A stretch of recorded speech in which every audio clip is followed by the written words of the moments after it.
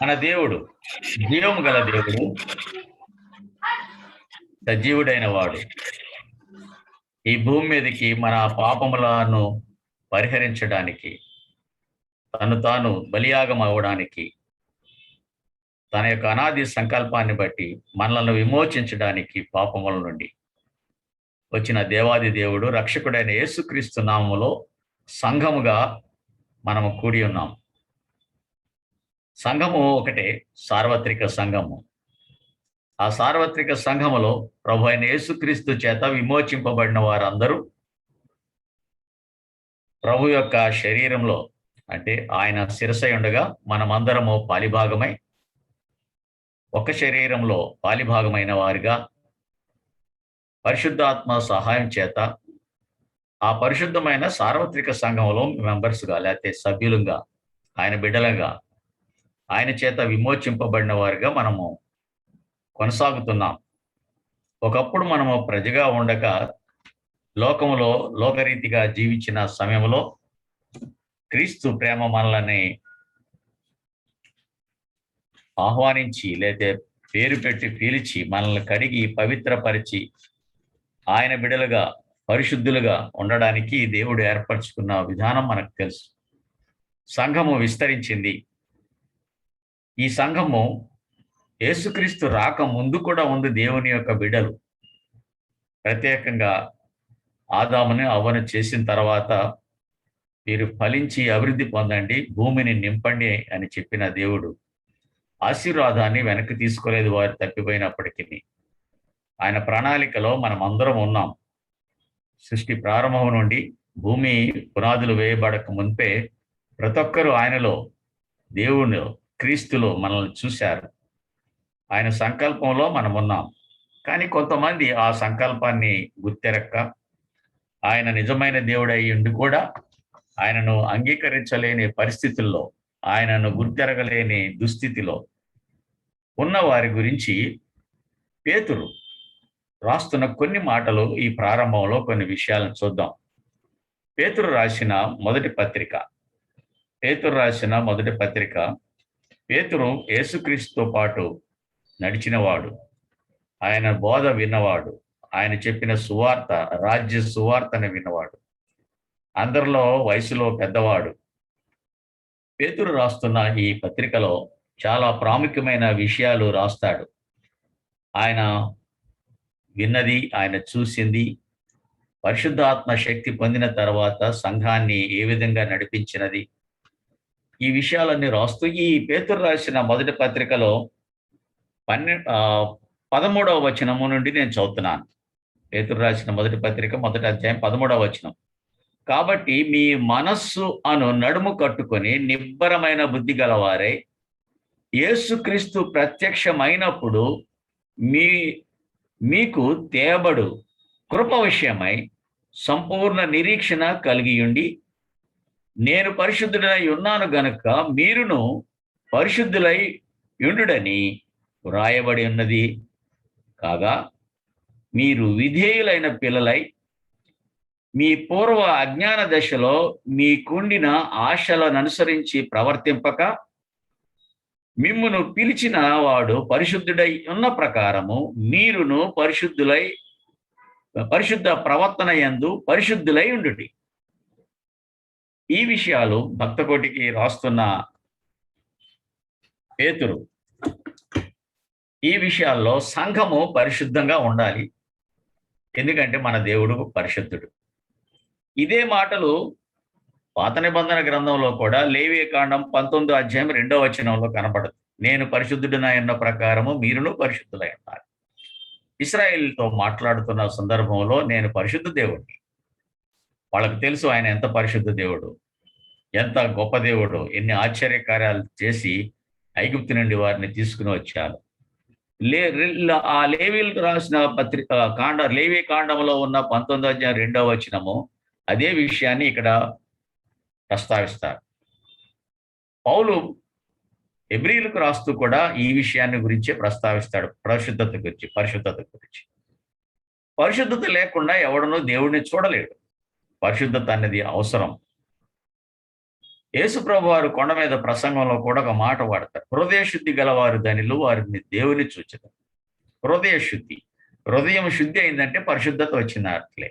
ఎందుకంటే పరిశుద్ధాత్మ దేవుడు హృదయ అంతరంగాలోనికి వస్తారు.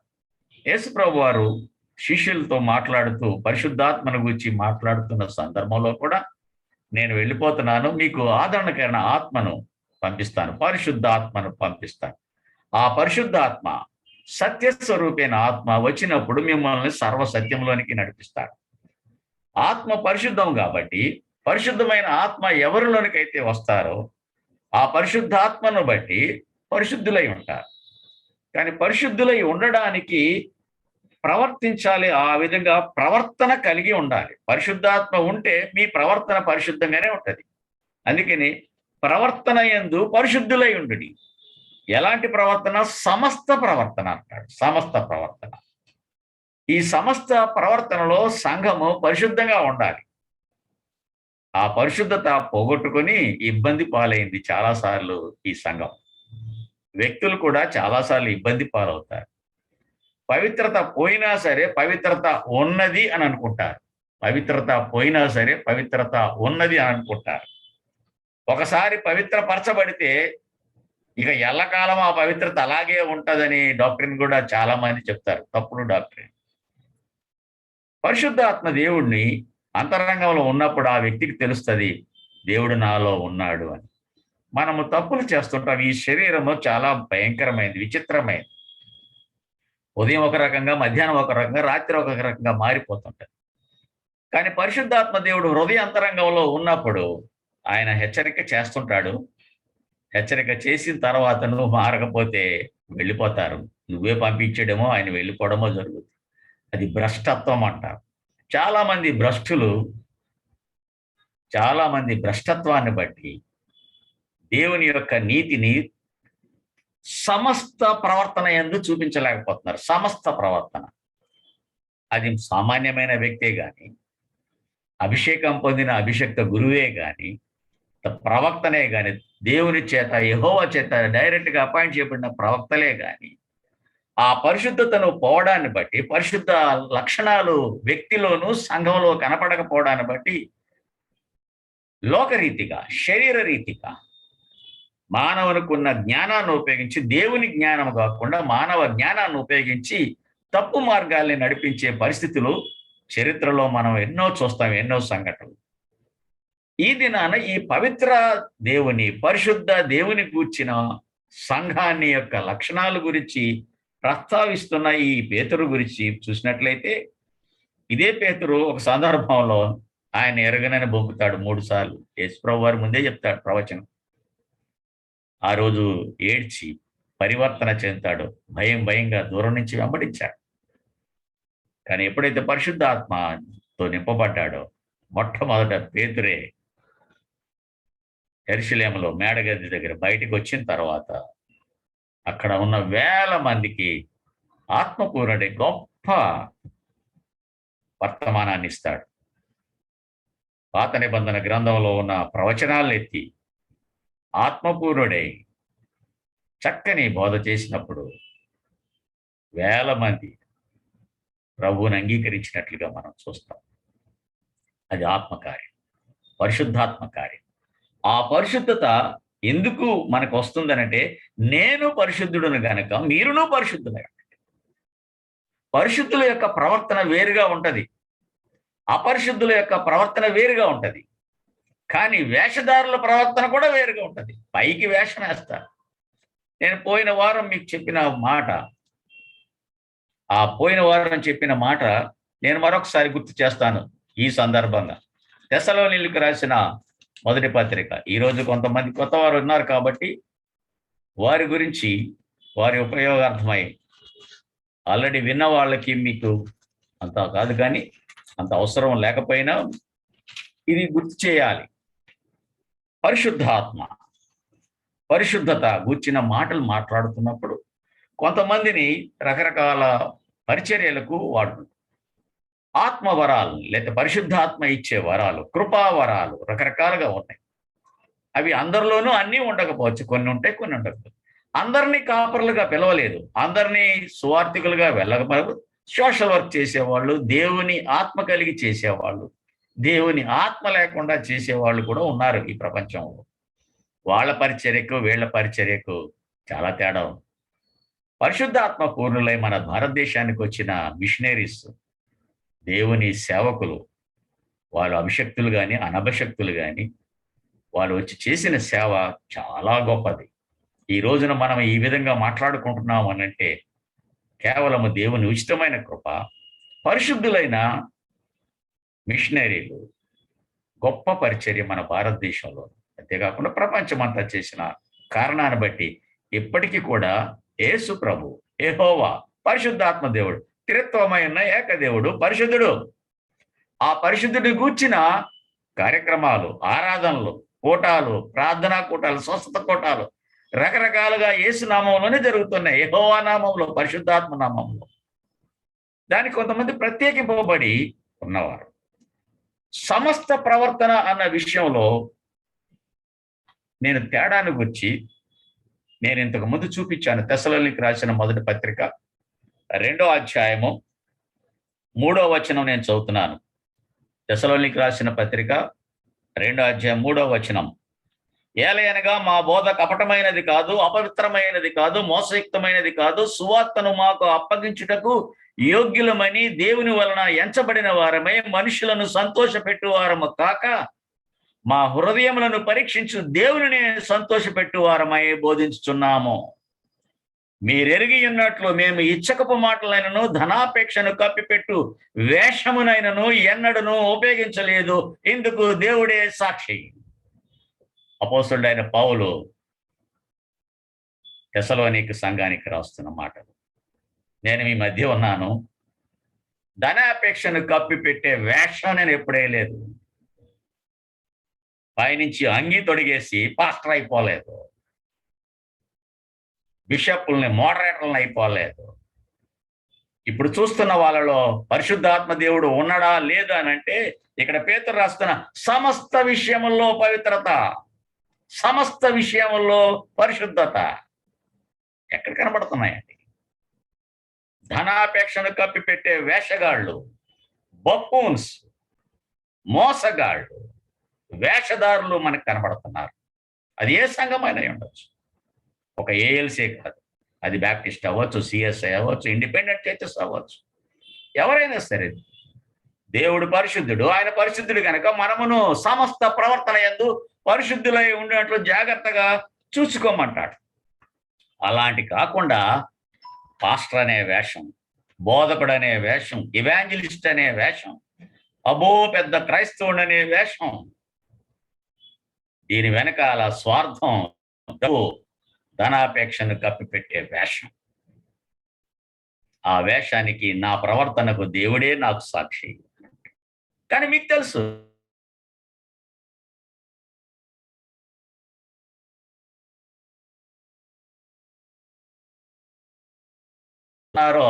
గత చరిత్ర ఒక 40 సంవత్సరాలు వెనక్కి వెళ్తే లిస్టు రాసుకోండి, అందులో ఎంతమంది వేషగాళ్ళు టిక్కి పెట్టుకోండి. సంఘాన్ని మోసం చేస్తూ, దేవుని మోసం చేస్తూ, మోసగాళ్లతో నిండిపోయిన ఈ సంఘము ఇబ్బందికరమైన పరిస్థితులు, స్వార్థం, సొంత జ్ఞానం, ప్రలోభాలకి లోనవ్వడం, ఒత్తిళ్లకు లోనైపోవడం, దేవునికి లోబడకుండా ఉండడాన్ని బట్టి సంఘం ఇబ్బంది పడ్డది, ఇబ్బందికరమైన పరిస్థితుల్లోనికి దిగజారిపోయింది. పేతురు రాసిన మొదటి పత్రిక మళ్ళా వెనక్కి రండి, 9వ వచనం నేను చదువుతున్నాను, 2వ అధ్యాయం 9వ వచనం. అయితే మీరు చీకట్లో నుండి ఆశ్చర్యకరమైన తన వెలుగులోనికి మిమ్మును పిలిచిన వాని గుణాతిశయములను ప్రచురము చేయు నిమిత్తము ఏర్పరచబడిన వంశమును, రాజులైన యాజక సమూహమును, పరిశుద్ధమును, దేవుని సొత్తైన ప్రజలనై ఉన్నారు. మీరు పరిశుద్ధమును, దేవుని సొత్తైన ప్రజలు. మీరు ఆర్డినరీ మెంబర్ అయి ఉండొచ్చు, సంఘ పెద్ద అయి ఉండొచ్చు, డెలిగేట్ అయి ఉండొచ్చు, సెనెట్ డెలిగేట్ అయి ఉండొచ్చు, పాస్టర్ అయి ఉండొచ్చు, బిషప్ అయి ఉండొచ్చు, మోడరేటర్ అయి ఉండొచ్చు, హూమ్సోవర్ యు మే బి. కానీ దేవుని యొక్క ప్రణాళికను తప్పి దేవుని యొక్క పిలుపును మర్చిపోయి మీరెవరైనా సరే పరిశుద్ధ జనమును దేవుని సొత్తైన ప్రజగా గనక మనం ఉండకపోతే మనల్ని మనం మోసం చేసుకుంటూ జీవము గల దేవుని కూడా మోసం చేస్తున్నాం. మనం మోసగాళ్ళం, వేషధారులం. ఈ వేషధారులు ఎంతకాలం చూస్తాడు దేవుడు? ఒకసారి పరిశుద్ధాత్మ దేవుడు వచ్చేస్తే ఇక ఎప్పటికీ పరిశుద్ధాత్మ దేవుడు పరిశుద్ధితో ఉండిపోతాడా? ఒకసారి అభిషేకం చేస్తే ఎప్పటికీ అభిషేకం నిలిచి ఉంటుందా? ఇంతకుముందు మనం డిస్కస్ చేశాం దీని గురించి. అన్ని రకాల దుర్మార్గాలు చేస్తూ అన్ని పాపాలు చేస్తున్న వాళ్ళు అభిషేకం నిలిచి ఉంటుందా? మనం తీర్పు తీర్చడం లేదు, నేను జడ్జిమెంట్ ఇవ్వట్లేదు. మన దేవుడు పరిశుద్ధుడు, మనం పరిశుద్ధులుగా ఉండాలి. సరి చేసుకోవడానికి ఇంకా పరిశుద్ధాత్మ దేవుడు మన మధ్యనే ఉన్నాడు. ఒక లోపల లేకపోతే బయట ఆవరించి ఉన్నాడు. ఎంతకాలం ఇలాగ అవమానం పాలు చేస్తారు సంఘాన్ని? కుటుంబం అవమాన పాలవుతుంది, సంఘం అవమాన పాలవుతుంది. యేసుక్రీస్తు నామానికి అవమానం తెచ్చేవారుగా మనము ఉంటున్నాం, సంఘం ఉంటున్నాం. తలెత్తుకోలేని దుస్థితికి దిగజారిపోవడానికి కారణము మనము పిలువబడిన పిలుపు మర్చిపోవడాన్ని బట్టి, సువార్త సేవ మర్చిపోవడాన్ని బట్టి, పరిశుద్ధత నిలబెట్టుకోలేకపోవడాన్ని బట్టి. ఈ యొక్క పరిస్థితిని గురించి ఇంకా కొన్ని విషయాలు ఉన్నాయి, కానీ తర్వాత మీరు చదువుకోండి. పేతురు యొక్క హృదయము పరిశుద్ధత అన్న దాని గురించి మాట్లాడుతున్నాం. నియమాలు, నిబంధనలు. పరిశుద్ధాత్మ దేవుడు మనలో ఉన్నట్లయితే ఏం చేయాలో ఆయన చెప్తారు, ఏం మాట్లాడాలో చెప్తారు, ఎలా ప్రవర్తించాలో చెప్తారు. ప్రాణం పోతుందని చెప్పినా సరే అబద్ధం ఆడడు, మోసం చేయడు, డిప్లొమాటిక్ గా మాట్లాడు, లోకరీతిగా లౌకికంగా మాట్లాడు. అవునంటే అవును, కాదంటే కాదని మాట్లాడతాడు. చావనన్నా చచ్చిపోతాడు కానీ అబద్ధం ఆడడు విశ్వాసి, పరిశుద్ధుడు. అతను పాస్టరే కావచ్చు, సామాన్య వ్యక్తే కావచ్చు. ఇంతకుముందు నేను పౌలు గురించి చెప్పాను. తన సాక్ష్యంలో ఇక చచ్చిపోకపోతుంది, ఇంకా చంపేస్తారు అని సంగతి తెలిసినప్పుడు నేను చెప్పాను, ఒక మటన్ కొట్టే దొంగ లాంటి దాని మీద తలలు పెట్టి ఒక్క దెబ్బతో నరికేశారు పౌలుకి. నువ్వు వదిలిపెట్టే యేసు ప్రభుని అంటే వదిలిపెట్టాడా? వదలలేదు. యేసే దేవుడు, మనం ఎదురు చూస్తున్న మెస్సే ఆయన, యేసు క్రీస్తు నజరేయుడైన యేసు. ఆయనే విమోచకుడు, ఆయనే రక్షకుడు, ఆయనే మెస్సయ్య, మేము ఎదురు చూస్తున్న మెస్సయ్య అని చెప్పాడు, ప్రాణార్పించాడు. మన దేశానికి వచ్చిన తోమా కూడా అలాగే బళ్ళాలతో పొడిచి చంపేశారు. ఎంతో మంది మిషనరీలు మన దేశానికి వచ్చారు. ప్రపంచమంతా సంఘము విస్తరించింది. రక్షణ అన్న దాని గురించి వివరణ ఇచ్చారు. యేసుక్రీస్తు ద్వారా విమోచనము, రక్షణ దొరుకుతుందంటే దేవుని వాక్యము సజీవమైన రెండంచులు గల వాడిగల వాక్యాన్ని, ఖడ్గాన్ని సరైన విధంగా పంచి ఇవ్వలేని దుస్థితిలో సంఘాలు దిగజారిపోయినప్పుడు ఒక అభిషేక్త గురువుగా పరిశుద్ధాత్మతో నింపబడిన వాడు ఇచ్చే ప్రసంగం వేరు.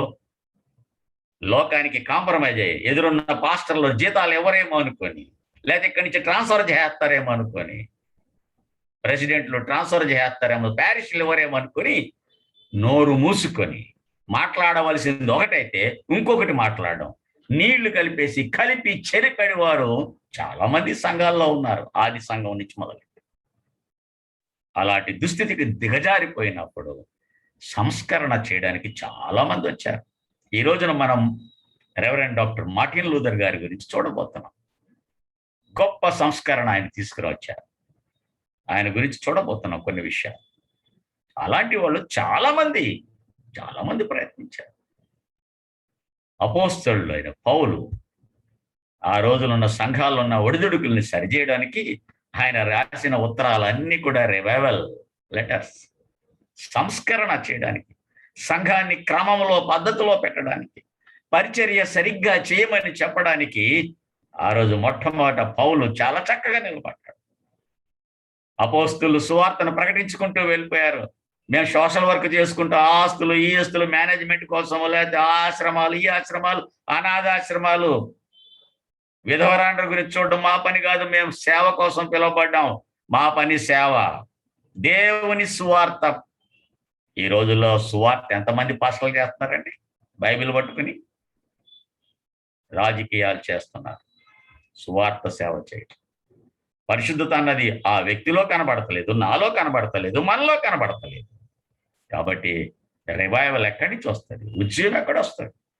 ఈ సంస్కరణ చేయాలంటే సంస్కరింపబడాలి సంఘము, వ్యక్తులు అని అంటే కనుక ఒక గుంపుగా కూడిన వాళ్ళు నిజంగా జీవము గల దేవుడు ఉండాలి కదా, పరిశుద్ధుడు ఉండాలి కదా. నేను పరిశుద్ధుడు ఎన్నో ప్రకారం మీరు నువ్వు పరిశుద్ధులై ఉండమంటే ఆ పరిశుద్ధతో మాట్లాడేవాడు కాంప్రమైజ్ అవ్వడు. ఎక్కడ?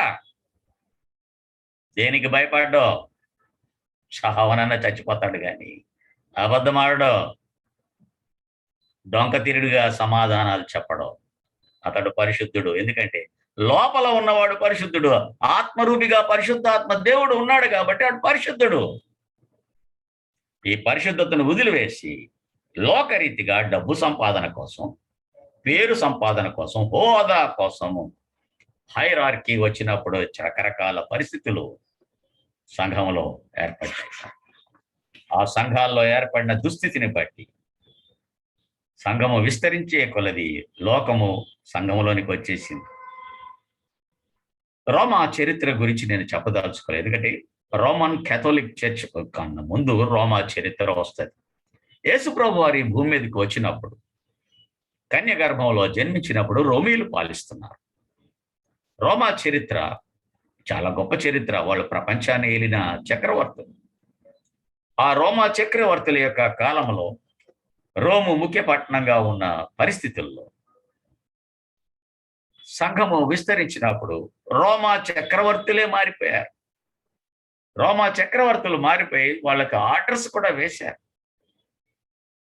ఇది స్టేట్ రిలీజియన్ కింద డిగ్రీ పాస్ చేశారు. ఈ దేశము యేసుక్రీస్తు దేశము, క్రైస్తవ దేశం. మేము చక్రవర్తులము కాబట్టి ప్రపంచమంతా కూడా ఈ డిగ్రీ ఫాలో అవ్వాలి, ఈ ఆర్డర్ ఫాలో అవ్వాలి, ఈ ఆజ్ఞను మీరు పాటించండి. ఈయనే నిజమైన దేవుడు, ఈయన తప్ప ఇంకొక దేవుడు లేడు. ఆయన ప్రభు అయిన యేసుక్రీస్తు. ఆయన ద్వారానే రక్షణ, ఆయన ద్వారానే పాపములకు విమోచన అని చెప్పారు. ఈ యొక్క పాపముల యొక్క విమోచన, క్షమాపణ ఎంతో మంది పరిశుద్ధులు అక్కడ రక్తాన్ని చిందించడానికి హతసాక్షులు అయిపోవడాన్ని బట్టి మొత్తం రోమా చక్రవర్తుల దేశాల్లో చాలా దేశాలు యేసు ప్రభు సువార్తను అంగీకరించారు. వారు కార్చిన కన్నీరు, వారు చిందించిన రక్తము ఆ దేశం మీద ప్రభావం చూపించింది. వాళ్ళు మారారు, నమ్మారు. ఈ నమ్మిక, విశ్వాసము అన్నదాన్ని తప్పుదారి పట్టించారు. తర్వాత రోమా చక్రవర్తుల తర్వాత ఎప్పుడైతే అభిషక్త గురువులు, బిషప్పులు, పోపులు వచ్చారో, వీళ్ళు వచ్చిన సమయంలో పరిస్థితులు మారిపోయాయి. ఈ పోపు యొక్క పరిస్థితులు చూసినట్లయితే పోపు యొక్క పదానికి అబ్బా లేకపోతే ఫాదర్, అబ్బా లేక ఫాదర్ అని పిలుచుకుంటారు. లేదా పప్పా, పప్పా అని చాలా మంది మన చోట పిలుస్తారు పప్పా అని. ఈ పప్పా అనే పేరు, ఈ యొక్క ప్రత్యేకమైన పేరు పోపుకి సంబంధించింది. పోప్ అని పేపల్ అనేది కూడా, పేపల్ ఆర్డర్ అనేది ఆ పోప్ అనే పదం. ఆ పపాస్ అన్నది గ్రీక్ పదం. పోప్ అన్నది లాటిన్ పదం. ఎప్పుడైతే ఈ పోపు వ్యవస్థ ప్రారంభమైందో, ఈ పోపు వ్యవస్థ ప్రారంభమైనప్పుడు దీనికి ప్రత్యేకంగా ఈ యొక్క రిఫర్మేషన్ రావడానికి మార్టిన్ లూథర్ కాలానికి, ప్రారంభ కాలానికి మధ్యలో చాలా తేడాలు వచ్చినాయి. పవిత్ర గ్రంథమైన ఈ యొక్క పరిశుద్ధ గ్రంథం అందరికీ అందుబాటులో లేదు. పాత నిబంధన ప్రతులు ఇశ్రాయేలీయుల దగ్గర 12 గోత్రాల దగ్గర సొంతంగా రాసినవి ఉండేవి. ఆ గ్రంథపు చుట్టలు కుటుంబాలు సినగోగుల్లో దొరికాయి. కానీ కొత్త నిబంధన వచ్చేటప్పటికి అందరికీ దొరకలేదు. అప్పటికి ఇంకా ప్రింటింగ్ ప్రెస్ రానప్పుడు ఈ యొక్క ప్రతులు చాలా తక్కువగా ఉండడాన్ని బట్టి రాజ అధికారాన్ని బట్టి, రోమా చక్రవర్తుల పాలన బట్టి వాళ్ళ యొక్క విశ్వాసము, పరిశుద్ధులైన విశ్వాసులు చిందించిన రక్తాన్ని బట్టి, హతసాక్షులైపోవడాన్ని బట్టి వాళ్ళు చాలా ఆశ్చర్యపోయారంట. గ్రంథకర్తలు రాసిన ఏంటి వీళ్ళని చంపేస్తుంటే నవ్వుతా చచ్చిపోతున్నారంటే, ఏడుస్తున్నారు కానీ చావడానికి ఇష్టపడుతున్నారు. యేసుప్రభు దేవుడు కాదు అని చెప్పడానికి ఇష్టపడడం లేదు. గుంజలకు కట్టేసి గడ్డేసి కాల్చి చంపేస్తున్నా సరే మేము చచ్చిపోతాం కానీ యేసుప్రభు దేవుడు కాదని ఒప్పుకోలేము, ఆయన నిజమైన దేవుడేనే చచ్చిపోతున్నారేంటి అని ఆశ్చర్యానికి గురి చేసింది. ఆ రోమన్ కేథోలిక్ సంఘాన్ని కనుక చూస్తున్నట్లయితే ఎంపరర్ కాన్స్టంటైన్ 1 380 ఏడి అంటే ఎన్నో డామిని, 380 ఎన్నో డామినీలో కాన్స్టంటైన్ 1 అతని ద్వారా చాలా మార్పులు, చక్రవర్తి కాలంలో చాలా మార్పులు వచ్చినాయి. యేసుక్రీస్తు యొక్క విశ్వాసము ప్రబలింది, వ్యాపించింది. నిజమైన పరిశుద్ధులు దేశంలో ఉన్నారు. థియోడోసస్ 1 అనేది ఆయన ఒక డిగ్రీ ప్లాట్ చేశారు. ఈయన తర్వాత కాన్స్టంటైన్ తర్వాత థియోడోసియస్ 1 అతను Christianity became a state religion in the Roman emperor అనే ఒక డిగ్రీ పాస్ చేసి పంపించాడు అతను. చాలా మంది ఆ సమయంలో వేరే విగ్రహారాధనతో కూడిన మతాలు పుంజుకున్నాయి. 476 ఏడీలో ఆర్యనిజం, మనకు ఆర్యులు అని అంటే ఆర్యనిజం అనేది అక్కడ ప్రారంభమైంది. రోమా చక్రవర్తుల ప్రాంతాల్లో రోముకి బయట వైపు, మిడిల్ ఈస్ట్కి యూరప్కి మధ్య కాలంలో ఆర్యన్స్ లేకపోతే ఆర్యనిజం ఆర్య సమాజం అని పిలుస్తున్నారు పేర్లు. అలాంటిది అప్పుడే 476 ఏడీలో ప్రారంభమైంది. ఇంకా మహమ్మద్ రాలేదు. మహమ్మద్ 640 ఏడీలో వస్తాడు మహమ్మద్. అది రాకముందే ఈ విగ్రహారాధన సంబంధించిన క్రియలు. రోమా చక్రవర్తులు చాలా దేవతలు వాళ్ళ రోమ్లో ఉండేవి, చాలా ఉండేవి. ఎందుకంటే అంతకుముందు గ్రీకు ప్రభుత్వం, గ్రీకుల దగ్గర కూడా చాలా విగ్రహారాధన ఉండేది. అదే రోమా ప్రభుత్వం వారికి కూడా వచ్చింది. కానీ ఈ యొక్క ప్రభావాన్ని బట్టి చాలా మంది ఆ విధంగా ప్రభావితమై చప్పపడడం, లేకపోతే విశ్వాసంలో దిగజారిపోవడం ప్రారంభమైంది. ఆ సమయంలో పోపు అధికారాన్ని ఇంకా పెంచుకున్నాడు.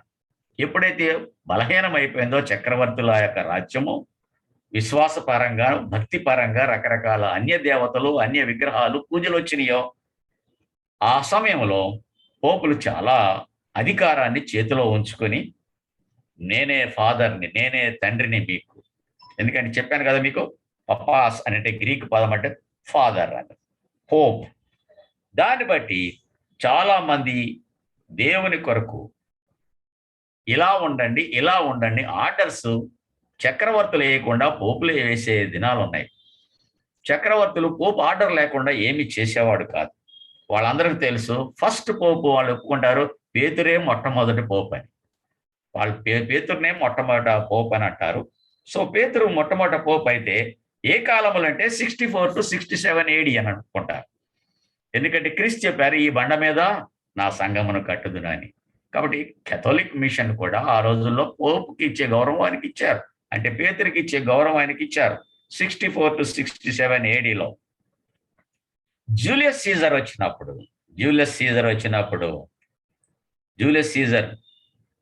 ఆ కాలంలో కూడా రిఫర్మేషన్ కోసం కొంత ప్రయత్నం చేశారు జూలియస్ సీజర్. ఆ రిఫర్మేషన్ తర్వాత పోపు గ్రిగేరీ మధ్య కాలంలో, పోపు గ్రిగేరీ అనే ఆయన క్యాలెండర్కి రూపకల్పన చేయడానికి ఆయన ఆధిపత్యంలో ఇప్పుడు మనం వాడుతున్న గ్రిగేరియన్ క్యాలెండరు మనకి రావడం జరిగింది. ఈ క్యాలెండర్కి రోమన్స్ ఉన్న కాలంలో జూలియస్ సీజర్ అన్న ఆ చక్రవర్తి కాలంలో ఒక క్యాలెండర్ ఉండేది. ఆ క్యాలెండరు జూలియన్ క్యాలెండర్ అనేవారు. ఈ జూలియన్ క్యాలెండర్ ప్రకారంగా చూస్తే రెవరెండ్ డాక్టర్ మార్టిన్ లూథర్ గారు రిఫర్మేషన్ డే 31st అక్టోబర్ 1517లో 31st అక్టోబర్ 1517 జూలియన్ క్యాలెండర్కి గ్రిగేరియన్ క్యాలెండర్కి తేడా ఉన్నది. సో ఆ క్యాలెండర్ గురించి వివరించడానికి ఇప్పుడు సమయం కాదు, కానీ తేడా ఉన్నది. జూలియన్ క్యాలెండర్ ప్రకారంగా ఈ అక్టోబర్ 31st 1517 ఆ యొక్క 95 థీసిస్‌ల్ని సంఘము తోవ తప్పి ఇబ్బందికరమైన పరిస్థితుల్లోనూ దేవుని నామానికి మహిమకరంగా కాకుండా, వాక్యానుసారంగా కాకుండా, విశ్వాసము, విశ్వాస ప్రమాణము, పరిశుద్ధత, ఈ ప్రమాణాలు పక్కకు వెళ్ళిపోయి లోకము, డబ్బు, అధికారము, నానా ఆచారాలు సంఘంలో తిష్ట వేసుకున్నప్పుడు మార్టిన్ లూథర్ గారు ఒక అభిషక్త గురువుగా, ఒక రెవరెండ్ ఫాదర్గా ఉంటున్న సందర్భంలో ఆయన వాక్యాన్ని చదువుతుంటే ఇంకొక రకం ఉంది. నేను చరిత్రలో వస్తాం ఎప్పుడు వచ్చింది అన్నది. ఇది వాక్యానుసారంగా లేదే, రోమ్లో జరుగుతున్న పరిస్థితులు వాక్యానుసారంగా లేదే, ఆది సంఘాన్ని చూసుకుంటే ఆ ప్రకారంగా లేదే, ఆ పరిశుద్ధత కనపట్టలేదండి. చాలా ఇబ్బంది పడిపోయాడు రోజు. ఆయన టీచ్ చేసేవాడు, థియలాజికల్ స్టూడెంట్స్కి బోధకుడుగా, ప్రొఫెసర్గా ఉండేవాడు, ఒక అభిషక్త గురువుగా, ఒక పాస్టర్గా, ఒక ఫాదర్గా ఉండేవాడు. వాక్యం చదువుతూ పరిశుద్ధాత్మతో నింపబడిన వాడే ఎంతో ఇబ్బంది పడిపోయేవాడట మార్టిన్ లూథర్. 31st అక్టోబర్ 1517 ఆయన 95 థీసిస్‌లు, లేదా ఆయన రాసిన ఆ యొక్క సిద్ధాంతపరమైన వ్యతిరేకంగా ఏం జరుగుతుందో వాటన్నిటిని తీసుకొచ్చి ఆ గోడకు, తలుపులకు కొట్టినప్పుడు ఆ రోజు Saturday according to according to Julian క్యాలెండర్లో ఆ రోజు 31st. Next day is November 1st. పోపు గారి ఆర్డర్ ప్రకారంగా ఫెస్టివల్స్ ఏర్పాటు చేసుకున్నారు. ఆ ఫెస్టివల్స్ ఏర్పాటు చేసుకునే దాన్ని బట్టి next day All Saints Day అంటారు. Sunday is the All Saints Day. కాబట్టి ఆదివారం తెల్లారితే ఆదివారము. ఈయన 31వ తారీఖు అర్ధరాత్రి కల్లా కొట్టేశాడు దాన్ని. అక్కడ కాపలా ఉన్నాడో ఏం చేశారు, కానీ అందరూ ఆల్ సెయింట్స్ డే రోజున గుడి తలుపులు తెరవగానే తెలిసిన ఆ పక్క ఈ పక్క కనపడుతూనే ఉన్నారు. అందరూ చూసుకున్నారు, అందరూ చదివారు, ఆశ్చర్యపడ్డారు. ఏమిటి పోపుని ధిక్కరించి ఆయన చెప్పిన మాటలు, ఆయన ఆచారాలు, పద్ధతులు, పాప పరిహారార్థ పత్రాలు, వీటన్నిటిని గురించి, విశ్వాసాన్ని గురించి, విశ్వాస ప్రమాణాన్ని గురించి, వాక్యమే నిజమైన ఆధారము అని 5 సోలాస్ అని, అంటే ఎలోన్ అనేది 5 అని చెప్తారు. 5 కాదానికి ఎక్కువ ఉన్నాయి. ఆయన 95 సిద్ధాంతాలు రాశాడు. అందులో ప్రాముఖ్యమైనవి 5 ప్రాముఖ్యంగా చెప్తారు. సమయం ఉండదు కాబట్టి 5 సరిపోద్ది. ఎందుకంటే మన సంఘాల్లో అంతకన్నా ఎక్కువ వినలేరు కాబట్టి 5 చెప్తారు. చాలా ఉన్నాయి. ఆయన రాసిన సిద్ధాంతాలు, ఆయన రాసిన థీసిస్‌లో చాలా విషయాలు ఉన్నాయి. మార్టిన్ లూథర్ గారు ఇబ్బంది పడ్డారు. సంఘము సరైన మార్గంలో లేదు కాబట్టి వాక్యం చదివి పరిశుద్ధాత్మ పూర్ణుడై ఒక లూథరన్ సంఘ సభ్యుడిగా, జర్మనీలో లూథరన్ సంఘ ప్రబోధాలు కాదండి, కేథలిక్ సంఘంలో ప్రబోధాలు. ఆయన చనిపోయిన తర్వాత లూథరన్ సంఘం అనేది పేరు పెట్టుకుని ఆయన గుర్తుగా పెట్టారు. లూథరన్ సంఘం ఆయన బతికొండగా పెట్టలేదండి, ఆయన బ్రతికొండగా ప్రారంభించలేదు. ఆయన గొప్ప వ్యక్తి, చాలా విద్యావంతుడు, చాలా జ్ఞానం గలవాడు మార్టిన్ లూథర్ గారు. మనలాంటి సామాన్యమైన వ్యక్తే, కానీ ఆయనలో ఉన్న దేవుడు గొప్పవాడు. ఆయనకు జ్ఞానం ఇచ్చిన దేవుడు గొప్పవాడు, అందరికన్నా గొప్ప దేవుడు. దేవుడిచ్చిన జ్ఞానాన్ని బట్టి, దేవుడిచ్చిన పరిశుద్ధతను బట్టి, శక్తిని బట్టి సంఘంలో జరుగుతున్న లోపాలని ఎత్తి చూపించడానికి ఆయన చేసిన ప్రయత్నమే రిఫర్మేషన్ డే, అక్టోబర్ 31, 1517. ఆయన గూర్చిన విషయాలు చూడకముందు ఒక వాక్యాన్ని మళ్ళీ చూపిస్తాను మీకు. రోమీయులకు రాసిన పత్రిక 3వ అధ్యాయం 24వ వచనం. రోమీయులకు రాసిన పత్రిక 3వ అధ్యాయం 24వ వచనం. రోమా 3వ అధ్యాయము 24వ వచనం నేను చదువుతున్నాను. కాబట్టి నమ్మువారు ఆయన కృపచేతనే యేసుక్రీస్తు నందలి విమోచనము ద్వారా ఉచితముగా నీతిమంతులని తీర్పు తీర్చబడుచున్నారు. ఉచితం, రక్షణ ఉచితం. నీతిమంతులుగా, ఇంతకుముందు నీతి లేదు మనకి, ఇప్పుడు నీతిమంతులుగా తీర్చబడడం అన్నది ఉచితంగా తీర్చబడుతున్నారు. అప్పటికే పాప పరిహారార్థ పత్రాలు అమ్మకం జరుగుతోంది. రకరకాల పాపాలకి రకరకాల పత్రాలు. ఒక ఫాదర్కి ఇంకొక ఫాదర్కి పొంతం లేదు. వాళ్ళు చెప్పే మాటలకి వీళ్ళు చెప్పే మాటలకి. అధికారం పోపు దగ్గర ఉంది. దాని దగ్గర నుంచి కార్డినల్స్, కార్డినల్ దగ్గర నుంచి ఆర్చ్ బిషప్స్, ఆర్చ్ బిషప్ నుంచి బిషప్స్, బిషప్స్ నుంచి ఫాదర్స్, ఫాదర్స్ దగ్గర నుంచి కిందకి నన్స్, బ్రదర్స్, రకరకాల హైరార్కీ ఉంది. కానీ ఎవ్వరూ నోరెత్తి మాట్లాడడానికి అధికారం లేదు. మాట్లాడితే చంపేయడమే. అంతటి శిక్ష ఉందని వాళ్ళకి తెలుసు. జైల్లో వేయడమే. అలాంటి కఠినమైన కాలంలో, ఇబ్బందికరమైన కాలంలో సంఘం యొక్క పరిస్థితి మారిపోయి, పరిశుద్ధమైన సంఘం మారిపోయి, పాప పరిహారార్థ పత్రాలు, అసలు విశ్వాసం అంటే విశ్వాస ప్రమాణాన్ని తప్పిన విధానము మనం చూస్తాం. అలాంటి దుస్థితిలో ఉన్న సంఘానికి నమ్మువారు ఆయన కృపచేతనే, దేవుని కృపచేతనే మనం రక్షింపబడతాం. యేసుక్రీస్తు నందలి విమోచనము ద్వారా ఉచితంగా నీతిమంతులుగా తీర్పు తీర్చబడుతున్నాం. విశ్వాసం వల్లనే నీతిమంతులుగా తీర్పు తీర్చబడుతున్నాం అన్నది చాలా ప్రాముఖ్యమైనది.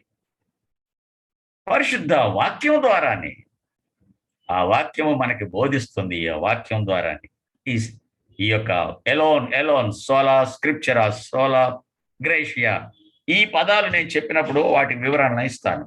నా దగ్గర చాలా ఉన్నది. అది అన్ని విషయాలు ఒక్కసారే ఇప్పుడు అన్ని చెప్పడానికి సమయం చాలదు కాబట్టి నేను వివరణ అక్కడక్కడ ఇచ్చి వెళ్తున్నాను.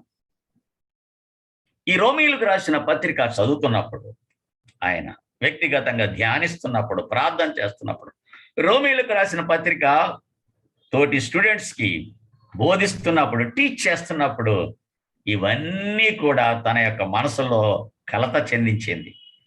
వాక్యంలో ఎలా ఉంటే సంఘంలో ఎలా ఎందుకు ఉంది అన్న పరిస్థితి ఆయన్ని చాలా ఇబ్బంది పెట్టింది. అలా ఇబ్బంది పెట్టిన పరిస్థితుల్లో నుంచే ఈ సంస్కరణ, రిఫర్మేషన్ అన్నది ప్రారంభమైంది మార్టిన్ లూథర్లో. మార్టిన్ లూథర్ గారు ఒక్కరే చేయలేదు. మార్టిన్ లూథర్ గారి కన్నా ముందు చాలా మంది చేశారు రిఫర్మేషన్ కోసం, సంస్కరణ కోసం. కొంతమందిని అడ్రస్ లేకుండా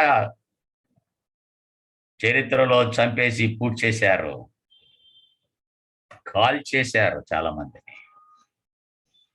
కానీ దేవుని యొక్క ఉచితమైన కృపను బట్టి మార్టిన్ లూథర్ గారిని ఏమీ చేయలేని దుస్థితిలోకి దిగజారిపోయారు. ఎందుకంటే అప్పటికే చాలా మంది మార్టిన్ లూథర్ గారి బోధనలను, లేకపోతే డాక్ట్రిన్ని, సిద్ధాంతాన్ని ప్రాక్టీస్, వాక్యానుసారమైన ఆచరణ పద్ధతి, వ్యక్తి జీవితాన్ని గురించి ఆయన సంఘ గురువుగా ఉంటూ బోధించారు. సంఘం నమ్మింది ఆయన మాటలు. ఎందుకంటే అది పరిశుద్ధాత్మ ద్వారా చెప్పబడిన మాటలు. తను అలా జీవించాడు, ఇలా జీవించమని బోధించాడు ఆయన.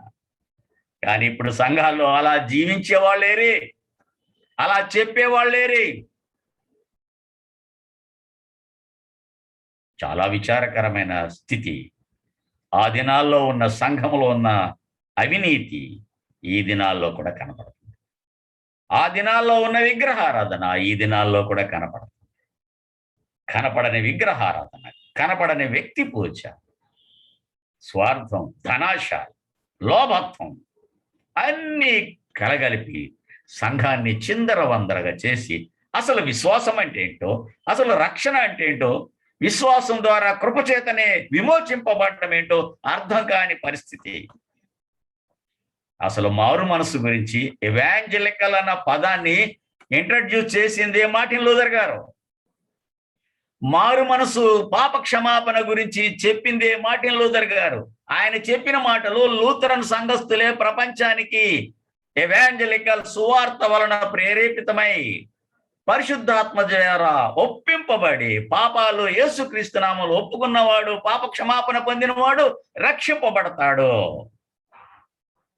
వాడు విశ్వాసిగా ఉంటాడు, యేసుక్రీస్తు విశ్వాసి. గాని మారు మనసు గురించి, పాప క్షమాపణ గురించి ప్రపంచంలో మొట్టమొదట చెప్పిన వాళ్ళు లూథరన్సే.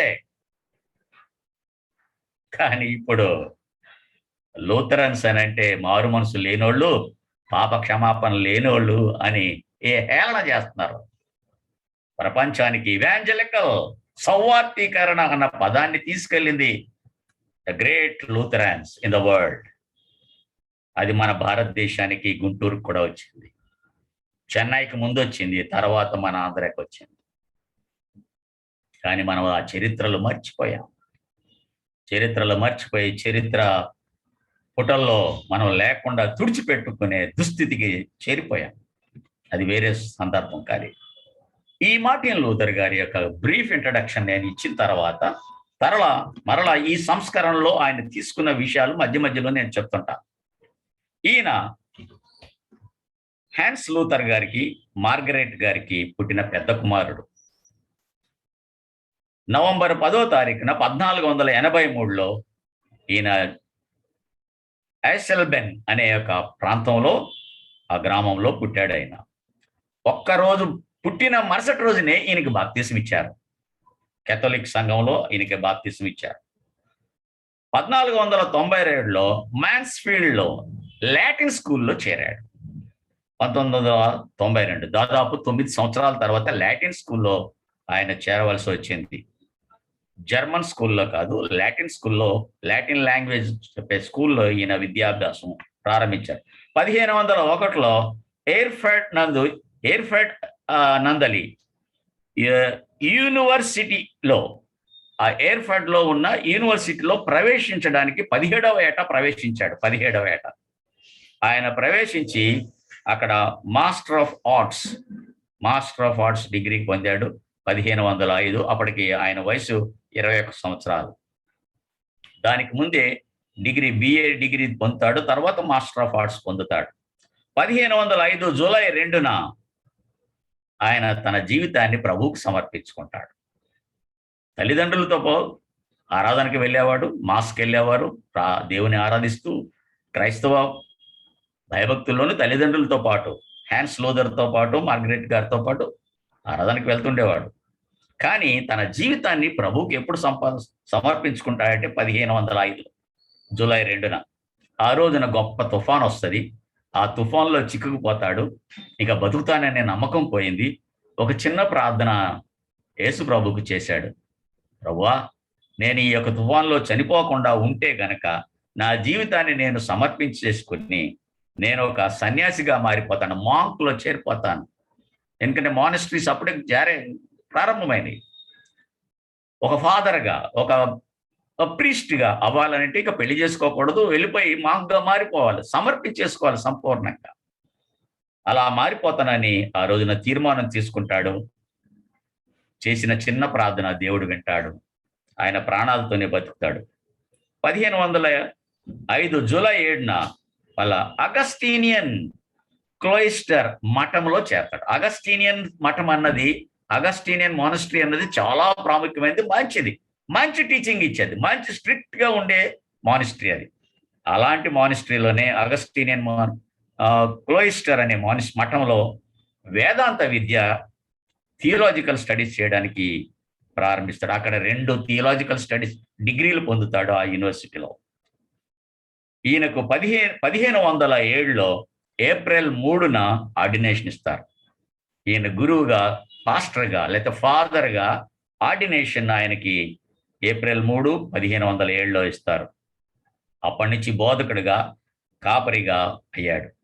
ఎన్నో ఏటంటే 23వ ఏట. ఆయనకి 23 ఏళ్ళు ఉండగానే ఆయన పాస్టర్ అయ్యాడు. 1507 మే 2వ తారీఖున మొట్టమొదటి ఆరాధన చేస్తాడు మార్టిన్ లూథర్ గారు. రెవరెండ్ మార్టిన్ లూథర్ గారు మొట్టమొదటి ఆరాధన నిర్వహిస్తాడు. 1510లో రోమ్ నగరానికి పంపిస్తాడు. ఈయన మంచి భక్తి, మంచి జ్ఞానము, థియలాజికల్ స్టడీస్ చక్కగా చేసి వాక్యంలో పట్టు సంపాదించుకున్నాడు. కాబట్టి అక్కడున్న జర్మనీ నుంచి ఈయన్ని రోముకు వెళ్ళయ్యా, నువ్వు ఇక్కడ కాదు, రోమ్లో నువ్వు వాళ్ళకి పాఠాలు చెప్పాలి, రోమ్లో వాళ్ళకి ఈ యొక్క వాక్యానుసారమైన బోధ, వాక్యానుసారమైన భక్తి అక్కడ కనబట్టలేదు. ఈ అగస్టీనియన్ ఆ మఠం వాళ్ళు ఈయన్ని రికమెండ్ చేసి రోముకు పంపిస్తారు 1510లో.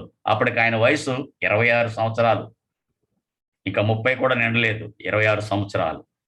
అప్పటికే యూదా సాంప్రదాయ ప్రకారంగా ఎక్కువ మంది యూదుల్లోంచి మారిన వాళ్ళు క్రైస్తవులుగా ఉండేవారు. యూదా గోత్రము లేదా ఇశ్రాయేలీయుల యొక్క 12 గోత్రాల వాళ్ళు యేసు ప్రభువును నమ్మిన వాళ్ళు. యూదా సిద్ధాంత ప్రకారంగా, యూదా ధర్మశాస్త్ర ప్రకారంగా, యెహోవా దేవుడిచ్చిన ధర్మశాస్త్ర ప్రకారంగా 30 ఏళ్ళు నిండితేనే గాని అతడు యాజకుడిగా, బోధకుడిగా, రబ్బీగా ఉండడానికి వీల్లేదు.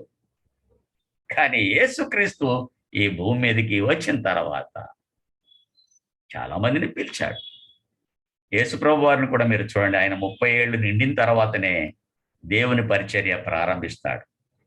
యోహాను చేత బాప్తిసం పొంది, దానికి ముందు ఉపవాసం ఉండి, పరిశుద్ధాత్మ పూర్ణుడై శక్తి పొందిన వాడే ఆయన పరిచర్య ప్రారంభిస్తాడు. సో 30 ఏళ్ల యొక్క ప్రమాణము అలా ఉన్నప్పటికీ ఆది సంఘంలో, రోమన్ కేథలిక్ సంఘంలో వయసుకు ప్రాధాన్యత లేకుండా ఇది కొత్త నిబంధన కాలము. ప్రభు ఎవరిని పిలిస్తే వారిని సేవకు వాడుకోవచ్చని ఒక జ్ఞానయుక్తమైన మాటలు మాట్లాడుతున్నాడు. అతని యొక్క జీవితము బాగుంది, మారాడు, పరివర్తన చెందాడు, దేవుని భక్తుడిగా ఉంటున్నాడు, పరిశుద్ధుడిగా ఉంటున్నాడు అంటే వాళ్ళకి ఆర్డినేషన్ ఇచ్చేవారు. ఆ దినాల్లో ఈయనకి ఇచ్చారు, ఆర్డినేషన్ ఇచ్చారు 26 సంవత్సరాల్లోనే. ఆ యొక్క వ్యక్తి రోముకు వెళ్ళిన తర్వాత, ఆ రోమ్లో గనక మీరు చూసినట్లయితే ఆ యొక్క పరిస్థితులు చూసినప్పుడు చలించిపోతాడు. ఏంటి ఇది, రోమ్లో జరుగుతున్న బోధ ఏమిటి, జరుగుతున్న వ్యాపారం ఏంటి, అసలు ఇన్ని రకాల విగ్రహాలు ఎక్కడి నుంచి వచ్చినాయి, రకరకాల విగ్రహాలను ఇవన్నీ చూసి చలించిపోతాడు. చలించిపోయి సరిగ్గా నిద్రపోయేవాడు కాదట. ఏమిటి ఇది అని చెప్పి ప్రార్థన చేస్తూ రకరకాల థీసిస్ అక్కడి నుంచే రాయడం మొదలు పెట్టాడు. ఒకవైపు రోమ్లో బోధ చేస్తున్నాడు, ఆదివారం ప్రసంగాలు చేస్తున్నాడు, వాక్యమేమో ఒక రకంగా ఉంది, జరుగుతున్న విషయాలేమో విరుద్ధంగా ఉన్నాయి. చలించిపోయి కలత చెంది ప్రార్థనాపూర్వకంగా రాయడం మొదలు పెట్టాడు. లోపాలు, వాక్యానుసారమైన జీవితాన్ని గురించి రాస్తూ అప్పటి నుంచి రాసుకుంటూ వచ్చాడు. అన్ని 95 సిద్ధాంతాలు అక్టోబర్ 31న 1517లో కొట్టడానికి మూలాలు ప్రారంభం రోమ్లోనే ప్రారంభమైనవి. అక్కడ 1512 అక్టోబర్ 19 డాక్టర్ ఆఫ్ థియాలజీని కూడా సంపాదించుకున్నాడు. డాక్టరేట్ చేశాడు, థియాలజీలో డాక్టరేట్ కూడా చేశాడు. అది విటెన్బర్గ్ యూనివర్సిటీలో చేశాడు. అది మళ్ళా జర్మనీకి వచ్చి డాక్టరేట్ చేస్తాడు. ఇలా కలత చెందిన విషయాలు చూసి నేను ఇంకా వాక్యాన్ని బాగా చదవాలి, ఇంకా థియలాజికల్ స్టడీస్ బాగా చేయాలని డాక్టరేట్ చేసి జర్మనీకి వచ్చేసి విటెన్బర్గ్ యూనివర్సిటీలో డాక్టరేట్ చేసి ఆయన సిద్ధాంతాలకి ఇంకా జ్ఞానం సంపాదించుకుని పరిశుద్ధాత్మలో బలం పొంది పిహెచ్డి కూడా సంపాదించుకున్నాడు. 28th ఇయర్, 28వ సంవత్సరంలో డాక్టర్ ఆఫ్ థియాలజీ. 1513లో వీటెన్బర్గ్లో కీర్తనల గ్రంథం టీచ్ చేయడం మొదలు పెట్టాడు. కీర్తనల గ్రంథం, అక్కడ కీర్తన గ్రంథంలో కీర్తనలో 31వ అధ్యాయం ఇక్కడ ఆయన పట్టుకుంది. కీర్తనలో 31వ అధ్యాయము టీచ్ చేయడానికి ముందు ఆయన స్టడీ చేస్తున్నాడు. థియలాజికల్ స్టడీస్లో చాలా స్టడీ చేశాడు, కానీ ఒక టీచర్గా, ఒక బోధకుడుగా, ఒక ప్రొఫెసర్గా అన్నప్పుడు, ఇప్పుడు డాక్టరేట్ చేసిన ప్రొఫెసర్గా తప్పుడు బోధలు చేయడానికి వీల్లేదు, చేయలేడు. అంతరంగంలో పరిశుద్ధాత్మ దేవుడు వాక్య వెలుగులో చదివిన జ్ఞానము, దేవుడిచ్చిన జ్ఞానము, ఆయన కృపను బట్టి ఈ కీర్తనల గ్రంథం చదువుతుంటే 1వ అధ్యాయం 2వ వచనం, 31వ అధ్యాయం 1, 2, 5, 14, 16, 19, 13, 24 వచనాలు చదివినప్పుడు మార్టిన్ లూథర్ ఎంతో ధైర్యం వచ్చిందంట. ఆయన ఆలోచనలకి ఈ యొక్క దురాచారాలు, తప్పుడు పద్ధతులు, పాపక్షమాపణ, మారు మనసు గురించి ఈ అన్నిటికీ విరోధంగా ఏమొస్తున్నాయని ధైర్యం తెచ్చుకొని ఆయన థీసిస్ ఇంకా రాయడం మొదలు పెట్టాడు. ఎంతో ధైర్యం తెచ్చుకుని ముందుకు వెళ్తున్నాడు. 1514లో ఇప్పుడు రోమా పత్రిక టీచ్ చేయడం, చదవడం మొదలు పెట్టాడు. 1514 అక్కడ రాయబడిన మాటలు మనం ఆల్రెడీ రోమీయులకు రాసిన పత్రిక 3వ అధ్యాయం వచనాలని మీకు చదివాను. ఆ వచనాల్ని బోధించడం మొదలుపెట్టాడు సంఘానికి చాలా క్లియర్గా. విశ్వాసం అంటే ఏమిటి, రక్షణ అంటే ఏంటి, పాప క్షమాపణ ఏంటి, నీతి లేనివాడు నీతిమంతుడుగా ఎలా తీర్చబడతాడో, ఉచితము అన్న విషయాలు చాలా క్లియర్గా అర్థమయ్యే రీతిగా సంఘానికి బోధించేవాడట. కాబట్టి రిఫర్మేషన్ డే రాకముందే ఆయన సిద్ధాంతాలను అర్థం చేసుకున్న వాళ్ళు సంఘంలో చాలా మంది ఉన్నారు. అలా బోధించడం మొదలు పెట్టాడు. ఆ బోధన బట్టి నీతిమంతుడు విశ్వాస మూలముగా జీవించును. Not at the mercy of pope or cardinals, bishops or moderators, only because of the grace of God. నీతిగా ఉంటే, నీతిగా తీర్చబడితే, నీతిమంతుడిగా తీర్చబడిన విశ్వాసి విశ్వాసం మూలముగానే, యేసుక్రీస్తు నందున్న విశ్వాసం మూలంగానే బతికేస్తాడు ఈ భూమి మీద. Not because of somebody so and so, పలానా వ్యక్తి పలానా పోపు వల్ల బతకడో, పలానా రాజు వల్ల బతకడో, దేవుని కృప వల్ల బతుకుతాడు అన్నది చాలా క్లియర్గా ఆ యొక్క నీతి 16వ వచనం 17వ వచనం 1వ అధ్యాయం రోమీయులకు రాసిన పత్రిక 1వ అధ్యాయం 16, 17. నీతిమంతుడు విశ్వాస మూలముగా జీవించును, అంతకంతకు విశ్వాసము కలుగునట్లు దేవుని నీతి దాని యందు బయలుపరచబడుచున్నది. దేని యందు? యేసుక్రీస్తు నందలి విశ్వాసము ద్వారా ఆయన ఎంత నీతిమంతుడో ఆ నీతి, ఆ పరిశుద్ధత ఈ వ్యక్తిలో కనబడద్దే. ఆ వ్యక్తులు నీతిమంతులు, పరిశుద్ధులు ఏరి ఎక్కడున్నారు ఇప్పుడు సంఘంలో? అలా బోధ చేసే మార్టిన్ లూథర్ లేరే.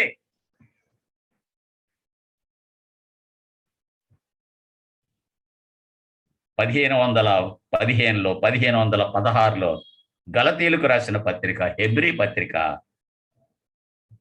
బోధించడం మొదలుపెట్టాడు. ఈ 2 పత్రికలు బోధించినప్పుడు, గలతీయులకు రాసిన పత్రిక, హెబ్రీలకు రాసిన పత్రిక కూడా, ఇవన్నీ కూడా సంఘానికి బోధిస్తూ ఆయన దగ్గర ఉన్న స్టూడెంట్స్కి టీచ్ చేస్తూ గడిపిన విషయాలు. 1515, 1516.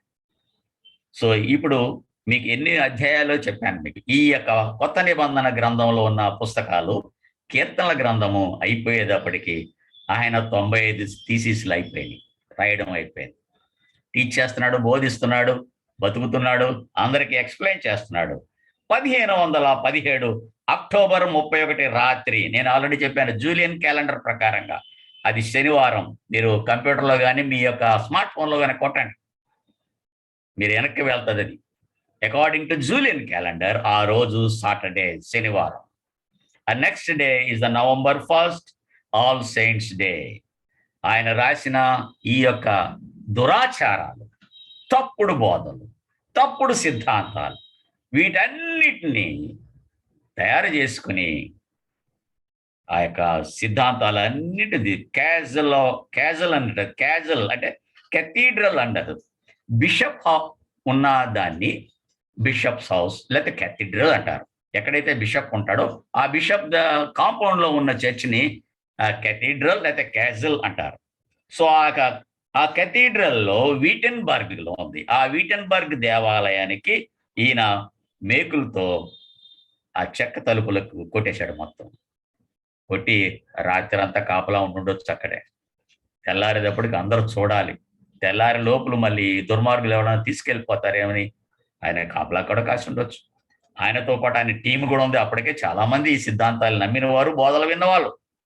వీటెన్బర్గ్లో, జర్మనీలో జరిగిన ఆ సంఘటన చూసి అందరూ ఆశ్చర్యపడ్డారట. ఆదివారం ఆరాధనకు వచ్చిన వాళ్ళు అందరూ ఆశ్చర్యపడ్డారు. ఏంటి ఈ యొక్క రాతలేమిటి, థీసిస్ ఏంటి, ఇవన్నీ కూడా మనం ఆచరిస్తున్న ఆచారాలకి విరుద్ధంగా ఉన్నవే అని అందరూ ఆశ్చర్యపడి చాలా ఇబ్బంది పడ్డారు. చాలా మంది భయపడ్డారట మార్టిన్ లూథర్ గారిని ఏం చేస్తారో అని. ఎందుకంటే వాళ్ళకి తెలుసు ఎంతో మంది అడ్రస్ లేకుండా గల్లైతే అయిపోయారు. అలా భయపడుతూ ఉన్న పరిస్థితుల్లో ఆ యొక్క సిద్ధాంతాలు విన్నవారు ఆయనకి చాలా మంది సపోర్ట్ చేశారు.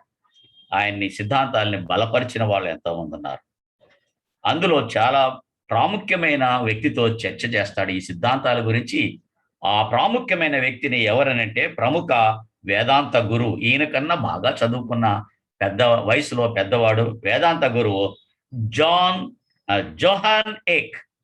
జొహాన్ ఏక్ అనేది ఆ ఈయన జొహాన్ ఏక్తో ఈయన రాసిన సిద్ధాంతాలన్నింటినీ ఆయనతో చర్చిస్తాడు 1519లో. 1520లో పుస్తకాలు రాయడం మొదలుపెట్టాడు. ఈయన గ్రంథపు చుట్టల్లో పేపర్లో చుట్టేసి రాశాడు సిద్ధాంతాలు. ఇప్పుడు ఒక బుక్ రాయడానికి మొదలు పెట్టాడు. First book written by reverend doctor Martin Luther, address to the Christian nobility of the German nation.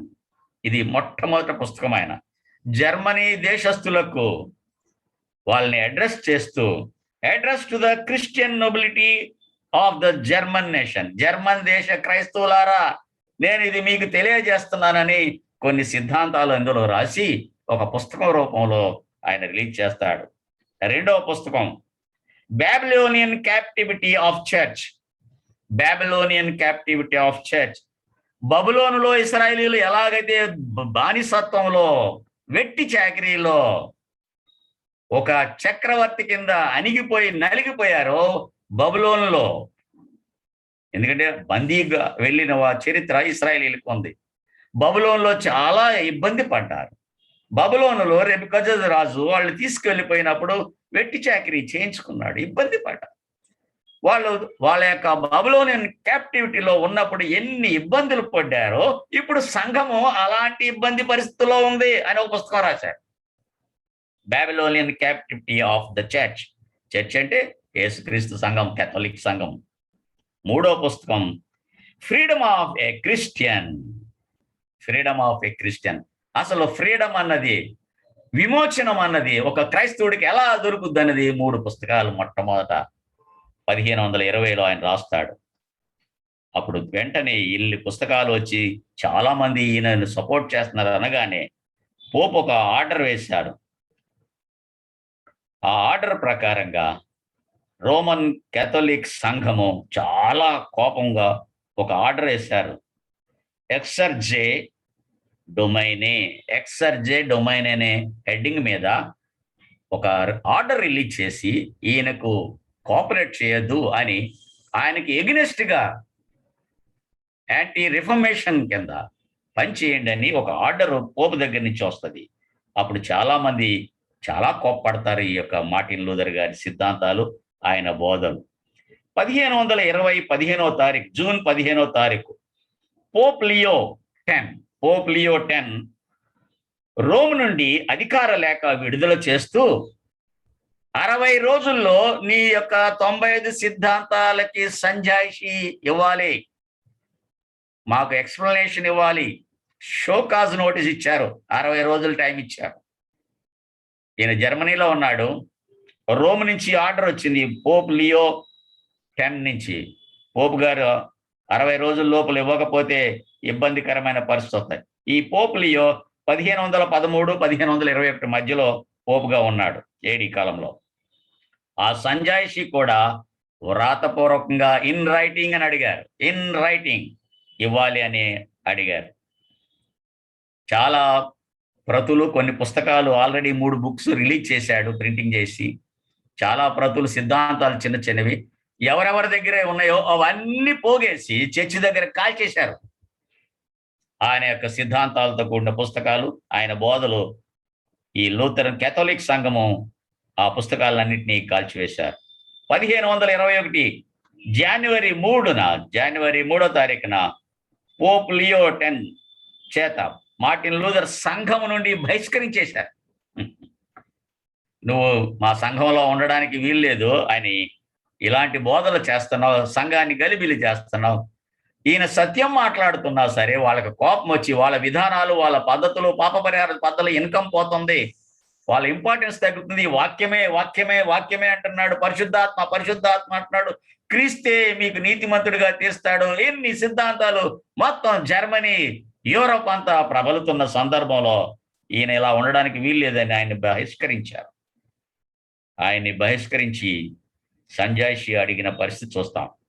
1521 April 16 నుంచి 18 రోమన్ చక్రవర్తి 1521 ఏప్రిల్ 16 to 18, 16వ తారీఖు నుంచి 18వ తారీఖు చార్లెస్, రోమా చక్రవర్తి చార్లెస్ దగ్గర, రోమా చక్రవర్తి చార్లెస్ 2 పర్యాయాలు విచారింపబడ్డాడు. 2 సార్లు ఆయన్ని విచారించారు. చార్లెస్ను విచారింపబడ్డాడు. డైట్ ఆఫ్ వామ్స్ అనే ఒక ప్రదేశంలో, డైట్ ఆఫ్ వామ్స్ నందు వాదనలు ప్రతివాదనలు జరిగినాయి. ఆ వాదనలు ప్రతివాదనలు విన్న తర్వాత ఆయన అన్న మాట ఏంటంటే, మార్టిన్ లూథర్ రాసిన అన్నీ కూడా తప్పని ఒప్పుకోమని బలవంతం చేస్తారు. నేను రాసిన సిద్ధాంతాలు 95 సిద్ధాంతాలు అందరి ముందు ఒప్పుకోను, ఈ అన్ని తప్పులు నేను వెనక్కి తీసుకుంటున్నాను అని ఒప్పుకోమని బలవంతం చేస్తారు. కానీ ఈ చారిత్రాత్మకమైన ఆ యొక్క సంఘటన ఆయన మంచి సమాధానం చెప్పాడు. నేను ఎలాగా ఉపసంహరించుకోగలను, నేను వెనక్కి తీసుకోను, హియర్ ఐ స్టాండ్ అని చెప్తాడు. ఆ పదాన్ని నేను చదువుతాను, జాగ్రత్తగా వినండి. రిఫర్మేషన్ డే అయిపోయిన తర్వాత, సిద్ధాంతాలన్నీ బయటకు వచ్చిన తర్వాత, ఆ యొక్క సభలో ఆయన ఇచ్చిన statement, I am bound by the holy scriptures I have quoted. I have bound by the holy scriptures I have quoted, and my conscience is captive to the word of God. I cannot do otherwise. Here I stand. May God help me. Amen అన్నాడు. నేను వాక్యం చేత పట్టబడ్డాను, దేవుని చేత, వాక్యమే దేవుడు, దేవుడే వాక్యాన్ని చేత నేను పట్టబడ్డాను. ఈ యొక్క హోలీ స్క్రిప్చర్స్, పరిశుద్ధ లేఖనాలు నన్ను పట్టుకున్నాయి. నా మనస్సాక్షి దేవుని వాక్యానికి లోబడిపోయింది. I can't do otherwise. నేను వేరే విధంగా మాట్లాడలేను, చెప్పలేను. నేను ఏమైతే రాశానో దాని మీదే నిలబడతాను. హియర్ ఐ స్టాండ్ అని గట్టిగా చెప్పి, దేవుడు నాకు సహాయం చేయనుగాక, ఆమేన్ అన్నాడు. Here I stand. ఈ మాటలు పరిశుద్ధాత్మకు లోబడి, పరిశుద్ధ వాక్యానికి లోబడి, పరిశుద్ధ జీవితానికి, వాక్యానుసారమైన జీవితానికి, వాక్యానుసారమైన విడుదల, విమోచన, రక్షణ, నీతికి నిలబడడానికి దేవుడిచ్చే కృప, ఉచితమైన కృపకు నిలబడే విశ్వాసులేరండి. పాస్టర్ లేరి, బిషప్ లేరి, మోడరేటర్ లేరి. ధైర్యంగా నిలబడ్డాడు. హియర్ ఐ స్టాండ్ అని నిలబడిపోయాడు. ఆయన తర్వాత 1521 మేలో కూడా చాలా మంది ఛాందసవాదులు ఆ సంవత్సరంలో 1521 మే నుంచి ఈయన చంపాలని ఆయన కోసం పన్నాగం పన్నారు. ఇక మార్టిన్ లూథర్ బతకడానికి వీల్లేదు. ఆయన నేను మారనని చెప్పేశాడు, ఇదే సత్యం అని చెప్పాడు, చంపేయండి అని. అలాగ ఆర్డర్ కూడా రావడాన్ని బట్టి ఛాందసవాదులు, కొంతమంది మత ఛాందసవాదులు, సంఘములో ఉన్నవాళ్ళు ఆయన చంపడానికి వెతకటం మొదలుపెట్టారు. 1521లో ఆయన స్నేహితులు కొంతమంది ఆయన ఎత్తుకొని పోయి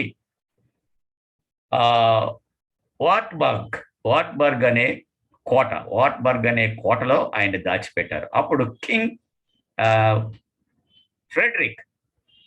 కింగ్ ఫ్రెడరిక్ ద వాయిస్ అని పిలువబడేవాడు. ఆయన చాలా జ్ఞానవంతుడని, కానీ ఆయన పేరు కింగ్ ఫ్రెడరిక్ గారి కోటలో ఎవరికి తెలియకుండా మార్టిన్ లూథర్ని ఆయన స్నేహితులు, ఆయన ప్రభావితమై, ఆయన బోధలకు ప్రభావితమై, వాక్యానికి ప్రభావితమై ఆయన అక్కడ దాచారు. అక్కడ దాగి ఉన్న సమయంలో ఆయన జర్మనీ భాషలోకి కొత్త నిబంధనని తర్జుమా చేశాడు. జర్మనీ భాషలో కొత్త నిబంధన లేదప్పుడు, కాబట్టి కొత్త నిబంధనను జర్మనీ భాషలోకి తర్జుమా చేశాడు. 1525 జూన్ 13న క్యాథరిన్ వాన్ బోరా అనే ఆశ్రమ కన్యతో వివాహం చేసుకున్నాడు. 1525లో ఆయనకు అప్పటికి 42 సంవత్సరాలు. 42వ సంవత్సరంలో ఆయన వివాహము ఒక నన్ని, ఆమె కూడా ఆశ్రమ కన్య, ఆమె నన్ని బయటకు వచ్చేసింది.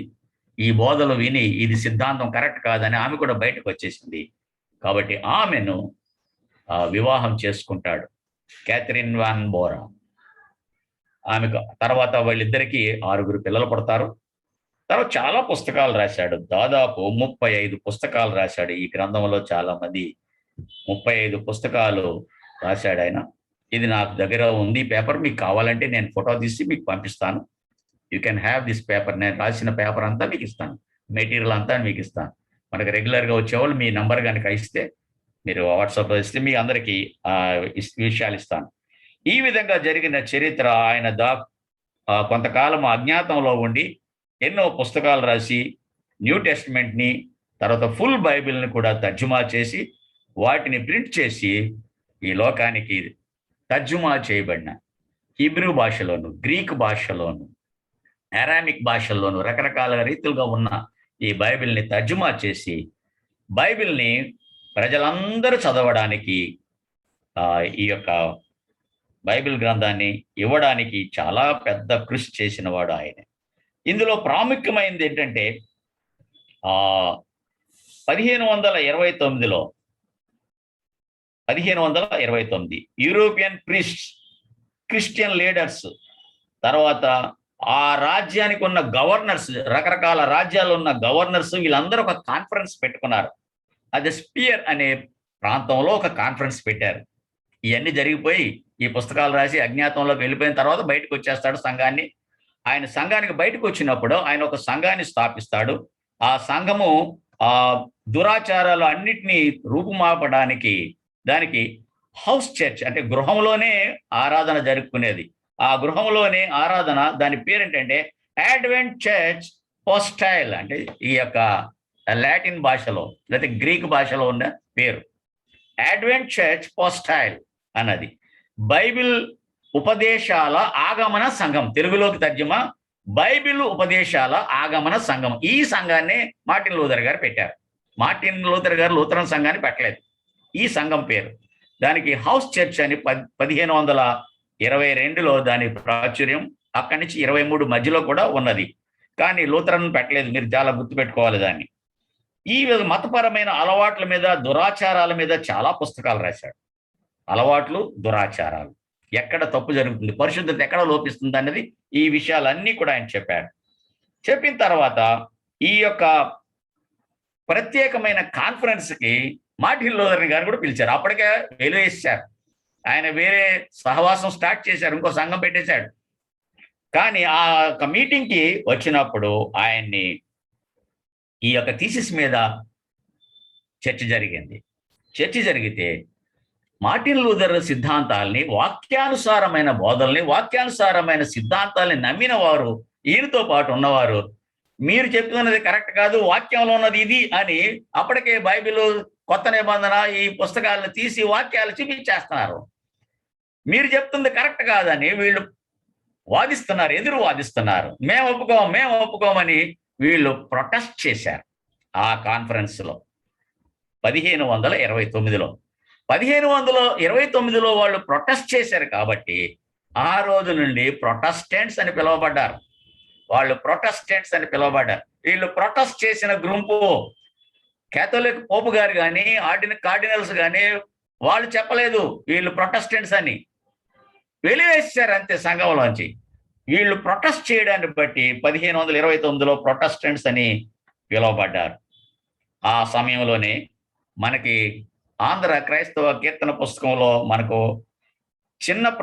లూథర్ చిన్న ప్రశ్నోత్తర గ్రంథము, పెద్ద ప్రశ్నోత్తర గ్రంథము, 2 స్మాల్ కేటకలిజం, లార్జ్ కేటకలిజం అనేది 2 గ్రంథాలు రాస్తాడు. దాన్ని చిన్న ప్రశ్నోత్తరే, పెద్ద ప్రశ్నోత్తరే, లూథరన్ ప్రశ్నోత్తరే అని అంటారు. ఇవి సండే స్కూల్లో నేర్పిస్తారు అందరికీ. కానీ ఇప్పుడు మర్చిపోయారు. అసలు ఏ గ్రంథం ఉందా అని కూడా ఎవడో తెలియదు. చాలా మందికి తెలియదు, చాలా మంది పాస్టర్లకే తెలియదు. ఇది ఆ టైంలో రాశారు ఆ పుస్తకాలు. తర్వాత జర్మన్ భాషలోకి 1534లో ఫుల్ బైబిల్ని ట్రాన్స్లేట్ చేశారు, old testament and new testament. అదే కాకుండా కేథలిక్ బైబిల్లో అపోక్రిఫా అని ఉంటుంది. అపోక్రిఫా బుక్స్ కూడా, వాటిని కూడా ట్రాన్స్లేట్ చేస్తాడు. అపోక్రిఫా కూడా మార్టిన్ లూథర్, ఎందుకంటే ఆయన చదివాడు old and new testament and Apocrypha. అప్పటికి ఆయన వయసు 50 సంవత్సరాలు. 50 సంవత్సరాల్లో కృషి చేసి ఆ గ్రంథాలు రాస్తాడు. తర్వాత లెక్చర్స్ 1535లో ఆది కాండాన్ని గురించి బోధించాడు. ఆది కాండం అసలు సృష్టి ఎలాగ, జీవము గల దేవుడు ఎవరు, ఎలా సృష్టించాడు, ఈ క్రమం ఎలా వచ్చింది, వంశాలు ఇవన్నీ ఎలా వచ్చినాయి, ఇవన్నీ కూడా ప్రత్యేకమైన బోధ ఆది కాండం మీద చర్చ్ మెంబర్స్కి బోధించడం మొదలు పెట్టారు. తర్వాత సబ్బాతు దినాన్ని గురించి, సబ్బాతు యూదులక అన్యులక, ఎందుకంటే అన్యులు ఎంతోమంది విశ్వాసం వచ్చి సంఘంలో కలపడ్డారు. సబ్బాతు మీద ఎన్నో రకాల కన్ఫ్యూజన్ ఉంటే సెవెంత్ డే అడ్వెంటిస్ట్ గురించి ఆయన ఒక పుస్తకం రాశాడు. యూదులకి లేవీలకి తేడాల గురించి, యాజకుల గురించి, ఇవన్నీ పుస్తకాలు 35 పుస్తకాలు టోటల్గా. ఆఖరికి ఆయన holy scripture, short confession of holy scriptures, confession అంటే పాపపు ఒప్పుకోలు అన్న దాని మీద ఒక చిన్న పుస్తకం రాశాడు. ప్రభు బల్ల గురించి, ప్రభు బల్ల ఎలా తీసుకోవాలో దాని గురించి కూడా ఒక పుస్తకం రాశాడు. ఆఖరి 35వ పుస్తకము against the papal Rome founded by a devil అని ఒక పుస్తకం రాశాడు. Founded by a devil, papal rule founded by a devil, అది ఆ యొక్క దెయ్యం పరిపాలిస్తుంది ఈ సంఘాన్ని అని ఒక పుస్తకం రాశాడు. అది 35వ పుస్తకం. మార్టిన్ లూథర్ గారు 1546 ఫిబ్రవరి 18న ప్రభువునందు నిద్రించారు. 1546 ఫిబ్రవరి 18న ప్రభువునందు తెల్లవారుజాము 3 గంటలకి నిద్రించినట్లుగా రాశారు. వీటెన్బర్గ్లోనే ఫ్యూనరల్, అక్కడ వీటెన్బర్గ్ ఫ్యూనరల్ గ్రౌండ్లో ఆయన సమాధి చేయడానికి వెళ్ళినప్పుడు గొప్ప దైవజనుడు, గొప్ప నాయకుడైన ఫిలిప్ మిలాంగ్టాన్ అని ఆయన ప్రసంగం చేశాడు. ఫిలిప్ మిలాంగ్టాన్ ఆయన ప్రసంగానికి పునరుద్ధానాన్ని గురించి, దేవుని యొక్క నీతిని గురించి, పరిశుద్ధులు ఎలా పునరుద్ధానం పొందుతారో ఆ రోజున మిలాంగ్టాన్ గారు మాట్లాడారు. అందుకని ఆయన పేరు రాశారు ఫిలిప్ మిలాంగ్టాన్. ఆయన ఆ విధంగా దేవుని యొక్క నీతిని బట్టి, పరిశుద్ధ లేఖనాలను బట్టి ఈ మాటలు రాశారు. ఇవి ఎందుకు జరుగుతున్నాయి, ఎందుకు జరిగింది సంఘంలో? నీతియుక్తంగా పరిశుద్ధంగా ప్రారంభమైన సంఘము ఎందుకు పతనమైంది? కేథలిక్ సంఘంలో వచ్చిన ఇబ్బందికరమైన పరిస్థితి రావడానికి కారణమే. నేను ఒక వాక్యాన్ని మీకు చూపిస్తాను. ప్రసంగి గ్రంథము 7వ అధ్యాయం 7వ వచనం. ప్రసంగి గ్రంథము 7వ అధ్యాయము 7వ వచనం. మీ బైబిల్ మీరు కూడా తీసి చూసినట్లయితే మంచిది. 7వ అధ్యాయం 7వ వచనం. అన్యాయము చేయటం వలన జ్ఞానులు తమ బుద్ధిని కోల్పోవుదురు, లంచము పుచ్చుకొనుట చేత మనస్సు చెడును. అన్యాయము చేయటం వలన జ్ఞానమే, జ్ఞానయుక్తమైన యాజకులే, అభిషక్త గురువులే, బిషప్పులే, పోపులే, కార్డినల్సే, ఫాదర్సే, కానీ అన్యాయం చేస్తున్నారు దేవుని సంఘానికి. అన్యాయం చేయటం వలన జ్ఞానులు తమ బుద్ధిని కోల్పోతారు. కాబట్టి వాళ్ళు బుద్ధి లేనోళ్ళు, బుద్ధి కోల్పోయిన వాళ్ళు, బుద్ధి లేనోళ్ళు. రెండవది, లంచము పుచ్చుకొనుట చేత మనస్సు చెడును. లంచాలు, ఆ రోజుల్లో కూడా లంచాలు ఎక్కువైపోయినాయి. పాప పరిహారార్థ పత్రము ఒక విలువ అయితే దానికి అడిషనల్ గా లంచం తీసుకునే వాళ్ళు ఇవ్వడానికి, పత్రాలు కొనుక్కోవడానికి కూడా లంచమే. లంచగొండి సంఘం అయిపోయింది, బుద్ధిహీనం అయిపోయింది. ఎందుకంటే అన్యాయం చేస్తున్నారు. న్యాయం జరగట్లేదు, అన్యాయం జరుగుతుంది. ధనవంతులకు ఒక న్యాయము, పేదలకు ఒక న్యాయము, యూదులకు ఒక న్యాయము, అన్యులకు ఒక న్యాయము, రోమీలకు ఒక న్యాయము, ఇతర సంఘస్థులకు ఒక న్యాయం. అన్యాయం పెరిగిపోవడాన్ని బట్టి, డబ్బు సంపాదన, లంచాలు పెరగడాన్ని బట్టి సంఘం పతన స్థితికి వచ్చి అలవాట్లు మారిపోయినాయి, ఆచారాలు మారిపోయినాయి, పద్ధతులు మారిపోయినాయి, ఆరాధన విధానం మారిపోయింది. నీతి లేని కాపరులు, నీతి లేని యాజకులు, నీతి లేని సంఘస్థులు, అసలు నీతి అంటే ఏంటో, పరిశుద్ధత ఏంటో మర్చిపోయిన పరిస్థితి మార్టిన్ లూథర్ గారు రిఫర్మేషన్ తీసుకొచ్చినప్పుడు. ఇప్పుడున్న పరిస్థితి అది కాదా? మన లూథరన్ సంఘంలో అన్యాయం చెలరేగట్లేదా? వాళ్ళు బుద్ధి లేని వారిగా కనబడటం లేదా? లంచాలు పుచ్చుకొనుట చేత మనసు చెడిపోలేదా? చెడిపోయిన మనసు వాళ్ళు సంఘాన్ని ఏం పాలిస్తారు, ఏం చేస్తారు? అలాంటి దుస్థితిలోనికి దిగజారిపోయిన స్థితి. ఈయన జీవము గల దేవుడు అన్న సంగతి తెలియదా? లేవీకాండం 10వ అధ్యాయం 1-2 వచనాల్లో అక్కడ చూస్తాం. అతి పరిశుద్ధుడైన దేవుడు ప్రత్యక్ష గుడారాల్లోనికి అయోగ్యంగా వెళితే అహరోను కుమారులు అగ్ని చేత కాల్చి చచ్చిపోతారు అక్కడ. నాకు అప్పుడప్పుడు అనిపిస్తుంటది, ఆ పాత నిబంధన కాలంలో ఉన్న రోషము గల దేవుడు ఈ రోజుల్లో ఉంటే ఎంత బాగుండును. గుళ్ళోనే అతి పెద్ద స్థలంలోనే వేషం వేసుకుని వచ్చిన దొంగలు అక్కడే కాలి మసి అయిపోతే ఎంత బాగుండును. సంఘానికి నీతి నిజాయితీ లేని అన్యాయస్తులు, అబద్ధికులు, లంచగొండులు సంఘాన్ని దోచుకునేవారు, సంఘస్థుల యొక్క ఆస్తిని దోచుకునేవారు, అన్యాయంగా ఉద్యోగాలు చేసేవారు. ఇది పరిచర్య, ఉద్యోగం కాదు.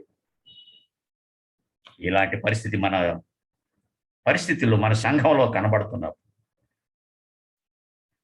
మార్టిన్ లూథర్ గారు గలతీయులకు రాసిన పత్రిక ఆయన టీచ్ చేస్తున్నప్పుడు ఒక మాట, ఆ విషయాన్ని కనుక చూసినట్లయితే గలతీయులకు రాసిన పత్రిక 6వ అధ్యాయం, గలతీయులకు రాసిన పత్రిక 6వ అధ్యాయము 1వ వచనం నుంచి నేను చదువుతున్నాను. గలతీయులకు రాసిన పత్రిక 6వ అధ్యాయం 1వ వచనం, సహోదరులారా, ఒకడు ఏ తప్పిదములోనైనా చిక్కుకొని ఎడల ఆత్మ సంబంధులైన మీలో ప్రతివాడు తానును శోధింపబడుదునేమో అని తన విషయమై చూచుకొనుచు సాత్వికమైన మనస్సుతో అట్టి వారిని మంచి దారికి తీసుకొని రావాలను. సాత్వికమైన మనస్సుతో మంచి దారిలోకి తీసుకురావాలి. మార్టిన్ లూథర్ యుద్ధం చేయలేదు, పోట్లాడలేదు, వాక్యానుసారంగా ఇది తప్పు అని చూపించారు. గలతీయులకు రాస్తూ అపోస్తులైన పౌలు కూడా అంటున్నాడు, మీలో ఎవరైనా తప్పులు చేస్తే, తప్పిదం చేసిన ఎడలా అలాగా చిక్కుకొని ఉన్నవాళ్ళు ఆత్మ సంబంధులైన మీలో ప్రతివాడు, ఆత్మ సంబంధులు, మనం ఆత్మకు సంబంధించి పరిశుద్ధాత్మ సంబంధులు, మనం పరిశుద్ధాత్మ దేవుడు మనలో ఉన్నాడు. తానును అలాగా శోధింపబడతానేమో, వాడు ఆల్రెడీ పడిపోయాడు శోధనలో, తప్పులు చేస్తున్నాడు, అబద్ధాలు ఆడుతున్నాడు, అన్యాయం చేస్తున్నాడు, లంచాలు తీసుకుంటున్నాడు. అలాంటి స్థితికి నేను కూడా పడిపోతానేమో అని తన విషయమే చూసుకొనచ్చు. మన విషయం నేను చూసుకుంటూ, నా విషయం నేను, మీ విషయం మీరు చూసుకోవచ్చు. సాత్వికముతో మనస్సుతో అట్టి వారిని మంచి దారికి తీసుకుని రావాలను. ఒకని భారమును ఒకడు భరించి ఈలాగు క్రీస్తు నియమమును పూర్తిగా నెరవేర్చుడి. ఎవడైనను వట్టివాడై ఉండి, చాలా జాగ్రత్తగా వినండి ఈ యొక్క 3వ వచనం, ఎవడైనను వట్టివాడై ఉండి తాను ఎన్నికైన వాడనని ఎంచుకుని ఎడల తన్ను తాను మోసపరుచుకొనును. అసలు ఏ విధంగా చూసినా, ఏ లెక్కలో చూసినా, ఏ క్వాలిటీస్, పరిశుద్ధత గాని, ఆత్మీయత గాని, నీతి, నిజాయితీ, న్యాయము అన్న ప్రమాణాలు, పరిశుద్ధ దేవుని యొక్క పరిశుద్ధత ప్రమాణాలు ఒక వ్యక్తిలో, ఒక కాపరిలో, ఒక బిషప్లో, మోడరేటర్లో ఏమైనా కనబడుతున్నాయా? వాడు వట్టివాడు, దేనికి పనికి లేని, పనికి రాని వాడు. వాడు వట్టివాడై ఉండి కూడా తాను నేనే ఎన్నికైపోయానని, నాకు నేనుగా మోడరేటర్ అని, నాకు నేనుగా బిషప్ అని, నాకు నేనుగా ఎగ్జిక్యూటివ్ కౌన్సిల్ అని చెప్పుకుంటే ఎవరు నమ్ముతారండి? ఇది దేవుని సంఘము, దేవుడు తన స్వరక్తం ఇచ్చి సంపాదించిన సంఘము. అలా వట్టివాడండి తన్ను తాను ఎన్నికైన వాడనని, నేనే ఎన్నికైన వాడనని చెప్పుకునే ఎడల తన్ను తానే మోసం చేసుకుంటున్నాడు. వాళ్ళు మోసం చేసుకుంటున్నారు. ప్రతివాడు తాను చేయు పనిని పరీక్షించుకొనవలను. మీరేం పని చేస్తున్నారో, దేవుని సంఘంలో ఏం పని చేస్తున్నారో నేను పరీక్షించుకోవాలి, మనం పరీక్షించుకోవాలి, అందరూ పరీక్షించుకోవాలి. అప్పుడు ఇతరులను బట్టి కాక తనను బట్టియే అతనికి అతిశయము కాదు. వేరే వాళ్ళకు ఉద్దేశం, నిన్ను నీవు జాగ్రత్తగా చూసుకుంటూ క్రమముగా, న్యాయంగా, నీతిగా, పరిశుద్ధంగా బ్రతికితే నీకు అతిశయం వస్తుంది, దేవుడు నిన్ను దీవిస్తాడు. అంతేగాని అసలు నువ్వు నథింగ్, ఏమీ లేనివాడు, నేను ఎన్నికైపోయాను, నేనే అని చెప్పుకుంటే జాగ్రత్త. వాక్యం చెప్తుంది, నువ్వు మోసంలో ఉన్నావు, మోసపోతావు, అన్యాయం చేస్తున్నావు, బుద్ధి లేకుండా పోతావు, లంచాలు తీసుకుంటున్నావు, చెడిపోతావు అని వాక్యానుసారంగా మనకి హెచ్చరిస్తుంది. ఈ వాక్యాలన్నీ మార్టిన్ లూథర్ గారు చెప్పారు సంఘానికి. బోధించారు. వాక్యంలో ఇలా ఉందని బోధించారు. నేను ముగిస్తాను ఇక్కడతో ఆపుతాను. నా దగ్గర చాలా ఉన్నాయి. ఆయన సంఘం ప్రారంభించి ఆయన యొక్క బోధలు ప్రారంభించినప్పుడు 8, 9, 10 వచనాల్లో కూడా మనుష్యుడు ఏమి విత్తునో ఆ పంటనే కోయును. ఏలయనగా తన శరీరమును బట్టి విత్తువాడు తన శరీరము నుండి క్షేమగు పంటను కోయును. ఆత్మను బట్టి విత్తువాడు ఆత్మ నుండి నిత్య జీవమను పంటను కోయును. ఆత్మను బట్టి, పరిశుద్ధాత్మను బట్టి నిత్య జీవం అనే పంట కోయాలి. కానీ మనం మోసపోయి నరకానికి వెళ్ళకూడదు, అగ్నిలో కాలిపోకూడదు. ఒకరినొకరు సహకరించుకోవాలి, ఒకరికొకరు మేలు చేయడానికి ప్రయత్నించాలి. ఆత్మను బట్టి విత్తువాడు నిత్య జీవం అనే పంటను కోస్తాడు. ఇలాంటి బోధలకు ప్రభావితమై ఎంతో మంది స్త్రీలు కూడా గొప్ప పరిచర్య చేశారు. స్త్రీలు, నా దగ్గర 8 మంది స్త్రీల యొక్క హిస్టరీ ఉంది. స్త్రీలు కూడా చాలా సహకరించి మార్టిన్ లూథర్ గారితో ఆయనకు సహకరించి ఆ ఉద్యమంలో, ఆ రిఫర్మేషన్ ఉద్యమంలో చక్కని సేవ చేశారు. ఇప్పటికి కూడా ఎవరైనా అమెరికా వెళ్తే జెనీవాలో యుఎన్ఓ కాంపౌండ్లో జెనీవాలో మ్యారై డెంటైర్ అనే ఒక లేడీ యొక్క స్తూపం ఉంటుంది అక్కడ. రిఫర్మేషన్ మూవ్మెంట్లో ఆమె పాల్గొన్నట్లుగా ఆమె పేరు ఒక్కటే అక్కడ కనబడుద్ది.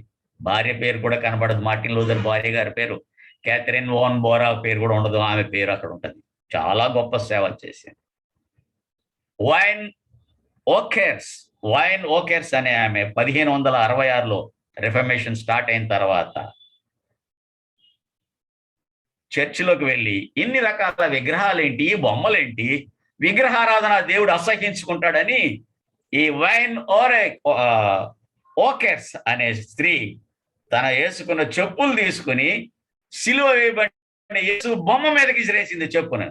ఇది బొమ్మ, ఇది విగ్రహము, ఇది దేవుడు కాదు, జీవం గల దేవుడు కాదని తన వేసుకున్న చెప్పు తీసి సిలువ వేయబడిన యేసుక్రీస్తు బొమ్మ మీదకి విసిరేసింది. బొమ్మల్లో జీవం లేదు.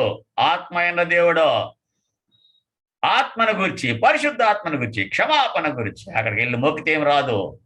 ఇక్కడ ఉండాలి విశ్వాసం అని నీతిగా బ్రతికింది. 2 స్త్రీలు లెస్లెస్, ఈ 2 స్త్రీలు బజార్లోకి వెళ్ళి స్ట్రీట్లో ప్రచారం చేసేవారు, సువార్త ప్రకటించేవారు. అక్కడ ఉన్నవారు పబ్లిక్ గా ఆమెను పట్టుకొని స్మిత్ ఫీల్డ్ లో పోపు గారి ఆర్డర్, బిషప్ల ఆర్డర్ను బట్టి ఆ ఊర్లో వాళ్ళు స్మిత్ ఫీల్డ్ లో 1546లో రోడ్డు మధ్యలో కట్టివేసి సజీవంగా కాల్చి చంపేశారు. వాళ్ళు దేవుని నీతి గురించి, వాక్యాన్ని గురించి, విమోచన గురించి చెప్పినప్పుడు ఆ విధంగా కాల్చి చంపారు. ఇంత భయంకరంగా చంపడానికి వాళ్ళ విశ్వాసము, రక్షణ అన్నది కేవలము విశ్వాసము ద్వారా మాత్రమే. రక్షణ అన్నది వాక్యము ద్వారా మాత్రమే. సోలా స్క్రిప్చరా, సోలా ఫిడే అంటే విశ్వాసం ద్వారా మాత్రమే.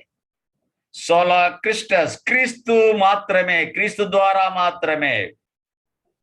సోలా గ్రేషియా, దేవుని కృప ద్వారా మాత్రమే విమోచనము, రక్షణము.